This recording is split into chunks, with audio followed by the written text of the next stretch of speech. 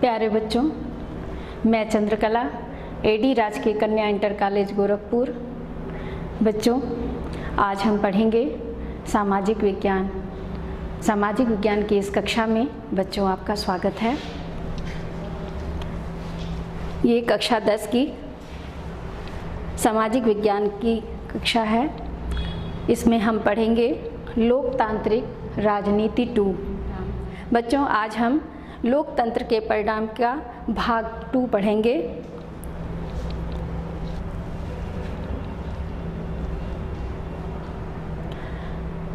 बच्चों, आइए हम जानते हैं कि हमने भाग 1 में क्या क्या पढ़ा था। तो सबसे पहले हमने पाठ का परिचय लिया था कि इस पाठ में क्या क्या है। इसके बाद हम पढ़े थे लोकतंत्र के परिणामों का मूल्यांकन कैसे करें। इसमें हमने परिणामों का मूल्यांकन किया था। लोकतंत्र एक बेहतर शासन व्यवस्था है, इसको हमने देखा था कि ये अन्य शासन व्यवस्थाओं से कैसे बेहतर है। फिर हमने क्या यह उम्मीदें लोकतांत्रिक शासन से पूरी होती हैं, इसको देखा था। तो इसमें हमने उन उम्मीदों को देखा था जो लोकतंत्र पूरा करता है। इस प्रकार लोकतंत्र हर मर्ज की दवा नहीं है, इस पर हम आ गए थे। और अंत में हमने जाना था कि लोकतंत्र सभी बुराइयों को मिटा देने वाली कोई जादू की छड़ी नहीं है जो कि 1 मिनट में हमारे देश की सभी समस्याओं को ख़त्म कर देती हो। तो बच्चों, अब हम आएंगे इस पाठ के उद्देश्य पर।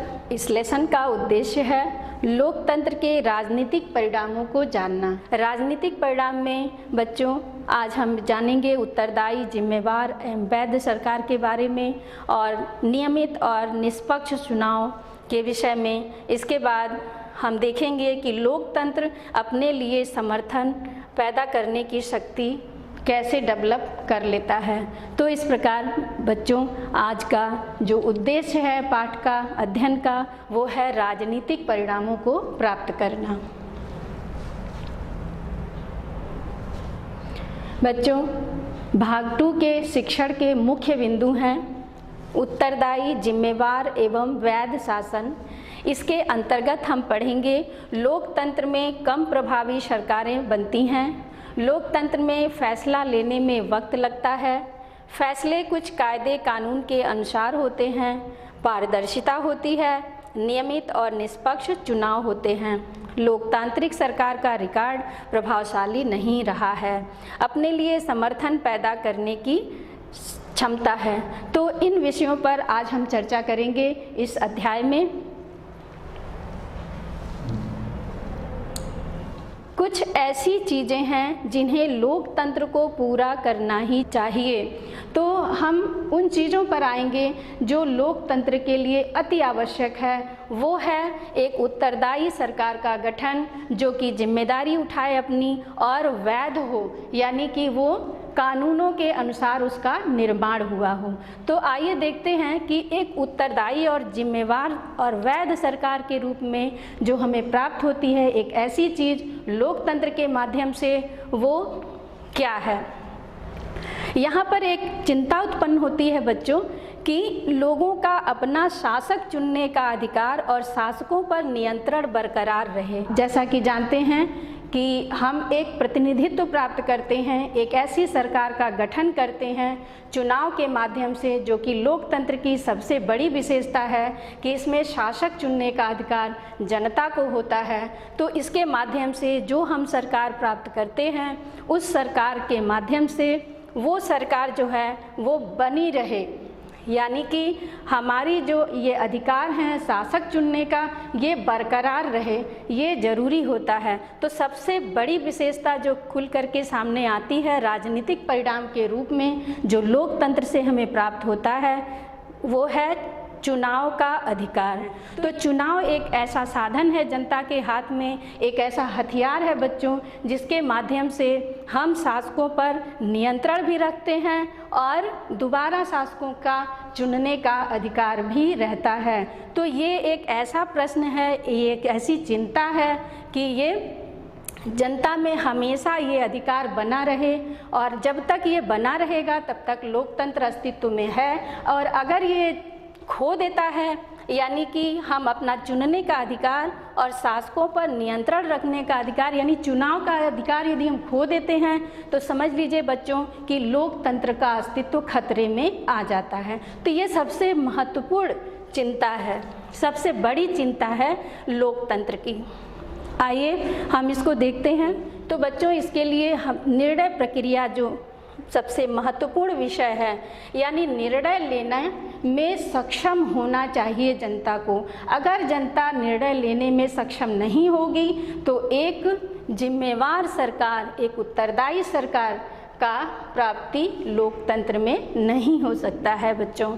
तो इस प्रकार निर्णय प्रक्रिया में सक्षम होना लोकतंत्र की बहुत महत्वपूर्ण विशेषता है और ये जनता में होनी चाहिए।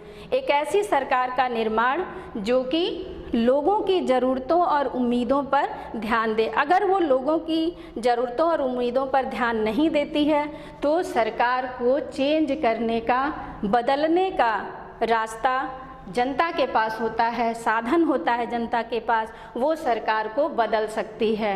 तो इस प्रकार सबसे महत्वपूर्ण प्रश्न है कि ज़रूरत और उम्मीद जो है इस पर सरकार बहुत ध्यान दे।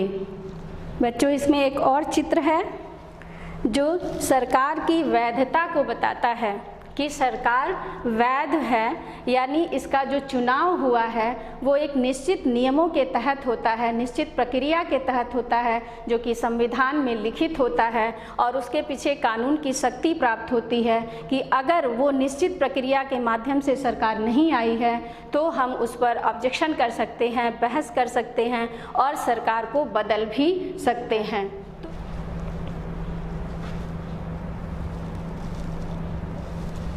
तो आइए देखते हैं कि ये सरकार जो लोकतंत्र से बनती है वो कितनी कार्यकुशल है। कार्यकुशलता का अर्थ है बच्चों कार्य करने में दक्ष होना। तो यहाँ फिर एक और प्रश्न आ गया है, क्या यह प्रभावी होती है?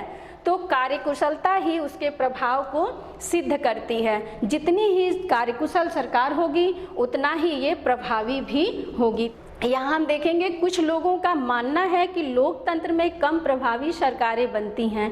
इसका एक कारण है बच्चों कि हम सरकार को बदल देते हैं और ऐसा लोकतंत्र में अक्सर पाया जाता है कि बहुत कम बहुमत प्राप्त होता है, वोट बट जाते हैं। तो इस तरह से जो सरकारें होती हैं वो अपने पूरे फैसले नहीं ले पाती हैं क्योंकि वोट बटे हुए रहते हैं, विरोधी पक्ष भी मजबूत होता है, तो इस तरह से फैसले लेने में थोड़ा सा वक्त लगता है। इस कारण से ये लोकतंत्र में कम प्रभावी सरकारें बनने वाली स्थिति आ जाती है। जैसा कि यहाँ चित्र में दिखाया गया है, गठबंधन सरकार, ऐसा उदाहरण हमारे देश में प्रस्तुत हुआ था जब बहुमत ना मिलने के कारण गठबंधन के सरकार की स्थिति बन गई थी देश में, यानी कि विभिन्न दल मिल करके एक ऐसे गठबंधन सरकार का निर्माण हुआ था जिसके माध्यम से देश का शासन चला। तो ऐसी सरकार महत्वपूर्ण निर्णय लेने में सक्षम नहीं हो पाती है तो उसकी थोड़ी कार्यकुशलता प्रभावित होती है। चुनाव के निर्णय सही ना होने के कारण, सही सरकार का गठन ना होने के कारण, बहुमत ना मिलने के कारण ऐसी बहुत सी समस्याएं हैं जिसके कारण ऐसी सरकार भी सामने आ जाती है जिसका प्रभाव थोड़ा कम हो जाता है, उसकी कार्यकुशलता प्रभावित हो जाती है। तो ये सारी स्थितियां बन जाती हैं। फिर हम देखेंगे निश्चित रूप से यह सही है कि अलोकतांत्रिक सरकारों को विधायिका का सामना नहीं करना होता है। यहाँ हम तुलना करेंगे बच्चों राजतंत्र और तानाशाही जैसे शासनों का, जिसमें विधायिका का सामना उन शासनों को नहीं करना पड़ता है, लेकिन लोकतांत्रिक सरकारों को विधायिका का सामना करना पड़ता है। कोई भी विधेयक पास करने के लिए संसद की प्रक्रिया से गुजरना पड़ता है, उसमें लोगों के द्वारा ये फैसले लिए जाते हैं और ये एक निर्णय का, एक बहस का, चर्चा का माध्यम बनता है। एक सार्वजनिक चर्चा होती है, खुली चर्चा होती है जिसमें जनता अपना जवाब मांग सकती है। तो ये सारी स्थितियां पैदा हो जाती हैं जिससे सरकार जवाबदेह हो जाती है। इन स्थितियों का सामना अन्य शासन तंत्र को नहीं करना पड़ता है। इसलिए लोकतंत्रीय सरकारों में ये सामना करने के कारण ये थोड़ी कार्यकुशलता और प्रभाव में कमी आ जाती है। इन्हें बहुसंख्यक या अल्पसंख्यक नज़रिए का ख्याल नहीं रखना पड़ता है। बहुसंख्यक कहते हैं बच्चों, देश की जो संख्या होती है उसमें जाति, वर्ग और विभिन्न तरह समुदाय के लोग रहते हैं, उसमें किसी की संख्या अधिक होती है जिसे हम बहुसंख्यक कहते हैं, जिनकी संख्या कम होती है उन्हें हम अल्पसंख्यक कहते हैं। तो इस प्रकार बहुसंख्यक और अल्पसंख्यक का नज़रिया और उसका ख्याल रखना, ये सारी स्थितियां ऐसी स्थिति बनाती है जो सरकारों को फैसले लेने में एक दुविधात्मक स्थिति में डाल देती है। बच्चों, लोकतंत्र में बातचीत, सार्वजनिक चर्चा, किसी भी विषय पर उसका मूल्यांकन, ये सब बहुत ज़रूरी होता है। इसी आधार पर इसका काम चलता है। प्रश्न आता है, क्या इससे लोकतांत्रिक सरकारें कम प्रभावशाली हो जाती हैं? आइए इन फैसलों को मूल्य के हिसाब से तोलने की कोशिश करें। ऐसी सरकार की कल्पना कीजिए जो बहुत तेज फैसले लेती है, लेकिन यह सरकार ऐसे फैसले भी ले सकती है जो लोग स्वीकार ना करें, और तब ऐसे फैसलों से परेशानी हो जाती है, क्योंकि कभी कभी फैसले बहुत जल्दीबाजी में लिए जाते हैं तो महत्वपूर्ण विषय छूट जाते हैं। तो इसलिए जल्द फैसले जो लेने की प्रक्रिया होती है, इससे प्रभाव सरकारों का कम हो जाता है। इसके लिए दो चीज़ देखेंगे बच्चों हम लोग। लोकतंत्र में फैसला लेने में वक्त लगता है, तो लोकतंत्र में प्रक्रिया काफ़ी कठिन है, बड़ी है, इसलिए फैसला लेने में वक्त लगता है। अपेक्षाकृत तानाशाही और राजतंत्र में राजा ही प्रमुख होता है और तानाशाही में तानाशाह ही प्रमुख होता है, जो कि उसके ऊपर ही ये जिम्मेदारी होती है फैसला लेने की। वो त्वरित फैसला ले सकता है किसी भी विषय पर, लेकिन लोकतंत्र में ये संभव नहीं है बच्चों, क्योंकि जनता जवाब मांग सकती है, विरोध हो सकते हैं। ये सारे हथियार हैं लोकतंत्र में जो जनता के पास मौजूद हैं, और इसी कारण से लोकतंत्र में फैसला लेने में वक्त लगता है। इसकी तुलना में लोकतांत्रिक सरकार सारी प्रक्रिया को पूरा करने में ज़्यादा समय ले सकती है, क्योंकि इसकी प्रक्रिया लंबी होती है, लेकिन इसने पूरी प्रक्रिया को माना है, इसलिए इस बात की ज़्यादा संभावना है कि लोग उसके फैसले को मानेंगे। यहाँ जो पूरी प्रक्रिया, ये ऐसी चीज़ है बच्चों जिसके कारण इसके फैसले उम्दा किस्म के होते हैं और वे ज़्यादा प्रभावी होते हैं। इस प्रकार लोकतंत्र में फैसला लेने में जो वक्त लगता है वह बेकार नहीं जाता है। तो बच्चों, जो भी कार्य सोच समझ के किया जाता है, एक प्रक्रिया के माध्यम से किया जाता है, अगर पूरी प्रक्रिया को हम फॉलो करते हैं तो उसके परिणाम बड़े अच्छे आते हैं, उसके नतीजे अच्छे आते हैं। और जल्दीबाजी में घबरा करके जो फैसले लिए जाते हैं, हो सकता है कि वो फैसले उपयुक्त ना लिए जा सकें। तो इसलिए ये उचित ही है कि लोकतंत्र में थोड़ा देर तो लगता है, लेकिन फैसले अच्छे होते हैं, प्रभावशाली होते हैं, लोगों को मान्य होते हैं, जनता उसको पसंद करती है फैसले को इस तरह के। इसका दूसरा पहलू है, लोकतंत्र में फैसले कुछ कायदे कानून के अनुसार होते हैं। बच्चों, लोकतंत्र में इस बात की पक्की व्यवस्था होती है कि फैसले कुछ कायदे कानून के अनुसार ही होंगे, और अगर कोई नागरिक यह जानना चाहे कि फैसला लेने में नियमों का पालन हुआ है या नहीं, तो इसका पता लगा सकता है। तो बच्चों, इस प्रक्रिया को जानने के लिए और वो नियम कानून के अनुसार हुआ है नहीं, उसको जानने के लिए जनता के पास ये एक अधिकार होता है कि वो सरकार के फैसलों को देख सके, समझ सके और उससे संबंधित जानकारी ले सके। हमारे देश में जो साधन उपलब्ध है वो है सूचना का अधिकार। तो इस तरह सूचना के अधिकार के माध्यम से, जिसे RTI कहते हैं बच्चों, हम सरकार के फैसलों पर, कार्यविधियों पर नज़र रख सकते हैं, जनता रख सकती है नज़र।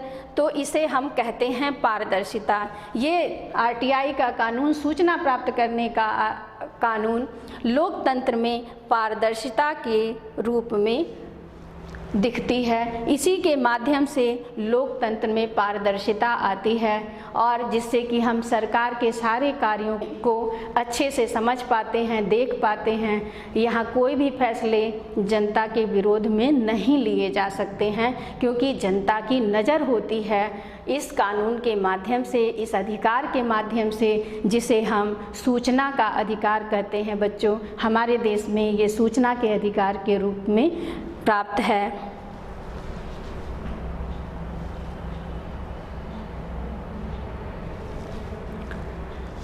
आइए देखते हैं कि कैसे लोकतंत्र में पारदर्शिता होती है। ये जो कानून है, सूचना का अधिकार जो हमें प्राप्त है, वो कैसे काम करता है, इसको देखते हैं। यह चीज़ अक्सर गैर लोकतांत्रिक सरकारों में नहीं होती है। यानी कि हम सरकार से जो सूचना मांग सकते हैं इस अधिकार के तहत, ये तानाशाही और राजतंत्रीय सरकारों में नहीं पाई जाती है। इसलिए जब हम लोकतंत्र के परिणामों पर गौर कर रहे हैं तो यह उम्मीद करना उचित है कि लोकतांत्रिक व्यवस्था में ऐसी सरकार का गठन होगा जो कायदे कानून को मानेंगे और लोगों के प्रति जवाबदेह होंगे। हम यह उम्मीद भी कर सकते हैं कि लोकतांत्रिक सरकार नागरिकों को निर्णय प्रक्रिया में हिस्सेदार बनाने और खुद को उनके प्रति जवाबदेह बनाने वाली कार्यविधि भी विकसित कर लेगी। तो बच्चों, लोकतंत्र में सरकार अपने को जनता के, अपने कार्यों के प्रति जनता की जवाबदेह होती है। जनता उससे प्रश्न पूछ सकती है, उसके कार्यों के प्रति सजग रह सकती है और ये एक अपने आप को जवाबदेह के रूप में सरकार पाती है लोकतंत्र में। अगर लोकतंत्र को कोई हटाना चाहे कि ये लोकतंत्री व्यवस्था सही नहीं है या इसके कुछ परिणाम सही नहीं प्राप्त हो रहे हैं, कुछ रिकॉर्डों के आधार पर यदि हम लोकतंत्री व्यवस्था को अगर तोड़ना चाहें तो ज़रूर इन बातों पर गौर कर लेना चाहिए। वो है नियमित और निष्पक्ष चुनाव, प्रमुख नीतियों और नए कानूनों पर खुली सार्वजनिक चर्चा और सरकार तथा उनके कामकाज के बारे में जानकारी पाने का नागरिकों का सूचना का अधिकार। इन पैमानों पर लोकतांत्रिक शासकों का रिकॉर्ड मिला जुला रहा है। तो बच्चों, ये जो 3 टॉपिक है, नियमित और निष्पक्ष चुनाव, कानूनों पर खुली सार्वजनिक चर्चा और जानकारी पाने का सूचना का अधिकार, ये ऐसे प्रमुख हथियार हैं कहा जाए जनता के पास, जो कि अन्य शासनों में नहीं पाए जाते हैं। तानाशाही और राजतंत्र इसके तुलनात्मक में आते हैं शासनों में, जिसमें ये बिल्कुल नहीं पाया जाता। वहाँ हमारा चुनने का अधिकार नहीं होता है, हम किसी भी विषय पे जनता सार्वजनिक चर्चा नहीं कर सकती है, कानूनों पर खुली चर्चा नहीं हो सकती है और सूचना का अधिकार भी नहीं होता है। तो ये एक ऐसे हथियार लोकतंत्र देता है जिस पर अगर हम विचार कर लें, गौर कर लें, तो हम कभी नहीं चाहेंगे कि लोकतंत्री व्यवस्था समाप्त हो। इन पैमानों पर लोकतांत्रिक सरकारों का थोड़ा मिला जुला रिकॉर्ड रहा है। उस रिकॉर्डों पर अगर हम नज़र डालें तो नियमित और निष्पक्ष चुनाव कराने और खुली सार्वजनिक चर्चा के लिए उपयुक्त स्थितियां बनाने के मामले में लोकतांत्रिक व्यवस्थाएं ज़्यादा सफल हुई हैं। तो ऐसा देखा गया है कि चुनाव जो है देश के संविधान के तहत निर्धारित होता है कि कितने साल बाद चुनाव होंगे। जैसा कि हमारे अपने देश में 5 साल पर चुनाव की व्यवस्था की गई है और ये नियमित और निष्पक्ष रूप से होती है, ऐसा देखा गया है। ये चुनाव का चित्र है जहां जनता चुनाव के लिए जाती है और इस प्रकार से बड़े ही निष्पक्ष रूप से दिखाया गया है और चुनाव को कि यहाँ बड़े ही गोपनीय ढंग से आपको वो सारी सुविधाएं दी गई हैं जिससे आप मताधिकार के माध्यम से एक प्रभावशाली सरकार को चुन सकते हैं। तो इस प्रकार से नियमित और निष्पक्ष चुनाव है और खुली सार्वजनिक चर्चा है, ये स्थितियाँ बनाने में लोकतांत्रिक सरकार जितनी सफल हुई है उतना तुलनात्मक रूप से तानाशाही सरकार और राजतंत्रीय सरकार में ये सारी व्यवस्थाएं नहीं हो पाती हैं बच्चों। तो इस प्रकार ये ऐसे चुनाव कराने में जिसमें सबको अवसर मिले अथवा हर फैसले पे सार्वजनिक बहस कराने के मामले में उसका रिकॉर्ड ज़्यादा अच्छा नहीं रहा है, लेकिन नागरिकों के साथ सूचनाओं को साझा करने के मामले में उनका रिकॉर्ड खराब रहा है। किसका? तानाशाही शासकों का। पर इनकी तुलना में जब हम गैर लोकतांत्रिक शासनों से करते हैं तो इन क्षेत्रों का उनका प्रदर्शन बेहतर ही ठहरता है। यानी कि जब हम दो सरकारों का यहाँ पर तुलना करेंगे, लोकतांत्रिक सरकार और तानाशाही एवं राजतंत्रीय सरकार में, तो वहाँ पर हम देखेंगे कि जो सूचनाओं को साझा करने वाली बात आ रही है, जो ये मामला आ रहा है, इस मामले में लोकतंत्र उससे फिर भी बेहतर ही ठहरता है। एक व्यापक धरातल पर लोकतांत्रिक सरकारों से यह उम्मीद करना उचित ही है कि वे लोगों की ज़रूरतों और मांगों का ध्यान रखने वाली हो। और यहाँ एक उम्मीद होती है लोकतांत्रिक सरकार से कि वे जनता की ज़रूरतों को पूरा करे, उसके मांगों का ध्यान रखे। यदि वो ज़रूरतों और मांगों का ध्यान नहीं रखेगी तो वो अपने अस्तित्व को खतरे में डाल सकती है, क्योंकि जनता के पास चुनाव का अधिकार होता है। वो सरकार नई चुन सकती है, इसलिए उसको इनकी ज़रूरतों और मांगों पर ध्यान रखना ही होता है। ये अति आवश्यक हो जाता है प्रत्येक सरकार के लिए। कुल मिलाकर भ्रष्टाचार से मुक्त शासन दे। इस प्रकार यदि सभी बातों पर देखा जाए, सभी प्रश्नों पर, सभी विषयों पर नज़र डाला जाए तो भ्रष्टाचार से मुक्त शासन की प्राप्ति भी लोकतंत्र का एक बेहतर परिणाम है। इन दो मामलों में भी लोकतांत्रिक सरकारों का रिकॉर्ड प्रभावशाली नहीं है। ये कौन से दो मामले हैं? वो है लोगों को उनकी ज़रूरतों के लिए तरसाती है और दूसरा है आबादी के एक बड़े हिस्से की मांगों की उपेक्षा करती है। तो अगर ये मांगों की उपेक्षा करती है तो ये इसके खराब रिकॉर्ड पर आता है। भ्रष्टाचार के आम किस्से इस बात की गवाही देते हैं कि लोकतांत्रिक व्यवस्था इस बुराई से मुक्त नहीं है। यानी कि अगर देखा जाए तो लोकतांत्रिक सरकार में भ्रष्टाचार आम बात हो जाती है।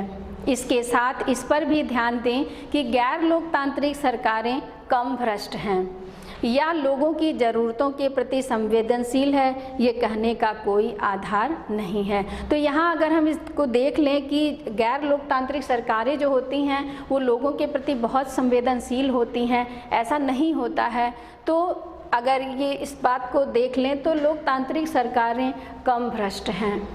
बहरहाल एक मामले में लोकतांत्रिक शासन व्यवस्था निश्चित रूप से अन्य शासनों से बेहतर है।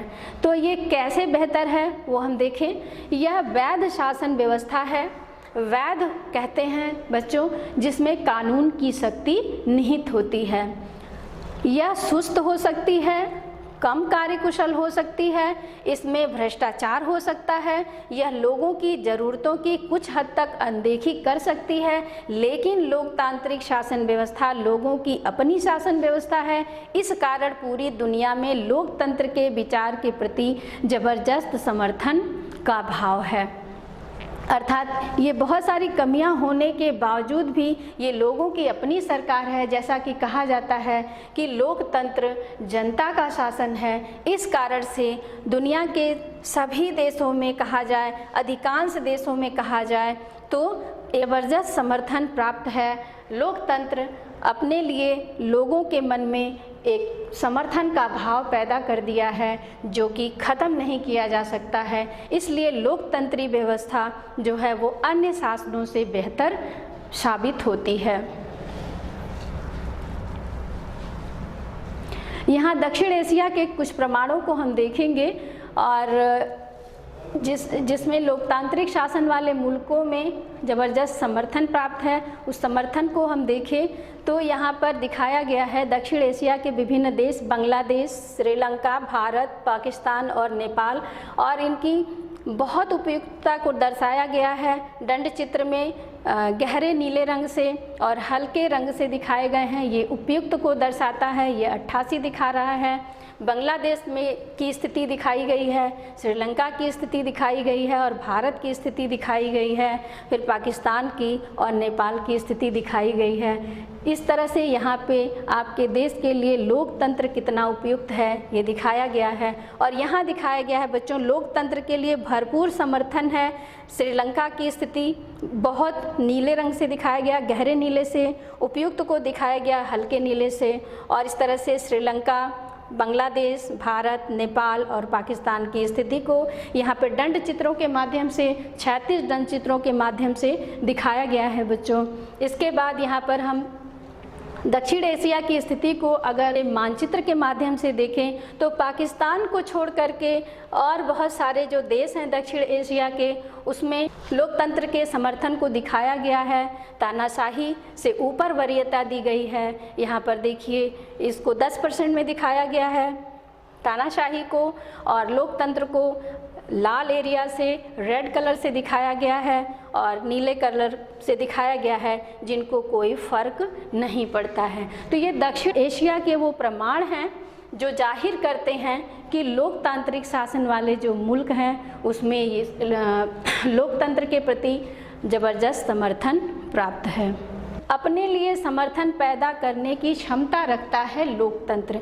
ये इसका महत्वपूर्ण परिणाम है जो कि लोकतंत्र से ही निकल करके आता है। उन देशों में जहां लोकतांत्रिक सरकारें नहीं हैं, लोग अपने द्वारा चुने गए प्रतिनिधियों का शासन चाहते हैं। वे यह भी मानते हैं कि लोकतंत्र उनके देश के लिए उपयुक्त है। तो यहाँ पर भी जहाँ लोकतंत्रीय शासन व्यवस्था नहीं है, वो भी अपने देश में लोकतंत्रीय शासन व्यवस्था चाहते हैं। अपने लिए जबरदस्त समर्थन पैदा करने की लोकतंत्र की क्षमता भी लोकतंत्र का एक परिणाम है। बच्चों, लोकतंत्र ने स्वयं अपने लिए समर्थन पैदा कर लिया है, इसको यहाँ चित्र में दिखाया गया है। तो इसका मतलब यह है कि लोकतांत्रिक व्यवस्था की सबसे बड़ी उपलब्धि लोकतांत्रिक व्यवस्था ही है। इस मानसिक कसरत के बाद हमने यही नतीजा निकाला है। यहाँ लोकतंत्र अपने लिए स्वयं समर्थन पैदा कर रहा है, इस चित्र के माध्यम से दिखाया गया है। इसकी अनदेखी नहीं की जा सकती है। अपने लिए ज़बरदस्त समर्थन ये लोकतंत्र का स्वयं का परिणाम ही है। बच्चों, इस अध्याय में हमने पढ़ा उत्तरदायी, जिम्मेदार एवं वैध शासन की प्राप्ति कैसे होती है, लोकतंत्र की सबसे बड़ी चिंता क्या है। इसमें हमने जाना कि चुनाव की प्रक्रिया और शासकों पर नियंत्रण जनता का बना रहे, ये जरूरी हो जाता है। फिर हमने देखा लोकतंत्र में कम प्रभावी सरकारें बनती हैं और लोकतंत्र में फैसला लेने में वक्त भी लगता है, जो कि बहुत ज़रूरी होता है एक उम्दा किस्म के फैसले के लिए। फिर आते हैं हम फैसले कुछ कायदे कानून के अनुसार होते हैं, उन बातों को भी देखा कि ये कायदे कानून के अनुसार हैं कि नहीं, उसकी प्रक्रिया होती है। लोकतंत्र में पारदर्शिता होती है, जिसके अंतर्गत हमने सूचना के अधिकार को जाना और समझा। नियमित और निष्पक्ष चुनाव को समझा हमने कि किस प्रकार ये एक महत्वपूर्ण साधन के रूप में उभर कर सामने आता है। लोकतांत्रिक सरकार का रिकॉर्ड प्रभावशाली नहीं रहा। अपने लिए समर्थन पैदा करने की क्षमता स्वयं लोकतंत्र में है। आइए बच्चों, अब हम देखेंगे अभ्यास कार्य। बच्चों, आपको कुछ प्रश्न दिए जा रहे हैं। इन प्रश्नों को आपको अपने नोटबुक पर लिखना होगा। पहला प्रश्न है, लोकतंत्र किस तरह उत्तरदायी, जिम्मेवार और वैध सरकार का गठन करता है। दूसरा है, लोकतंत्र सबसे बेहतर शासन क्यों कहा जाता है। तीसरा, लोकतंत्र में क्यों कम प्रभावशाली सरकारें बनती हैं। और चौथा है बच्चों, लोकतंत्र में फैसला लेने में ज़्यादा वक्त क्यों लगता है। तो आशा है बच्चों आपको ये क्लास समझ में आई होगी और हम आज की क्लास यहीं समाप्त करते हैं। इस अध्याय के अगले भाग में हम फिर मिलेंगे। बच्चों आपको बहुत बहुत धन्यवाद इस कक्षा को ज्वाइन करने के लिए।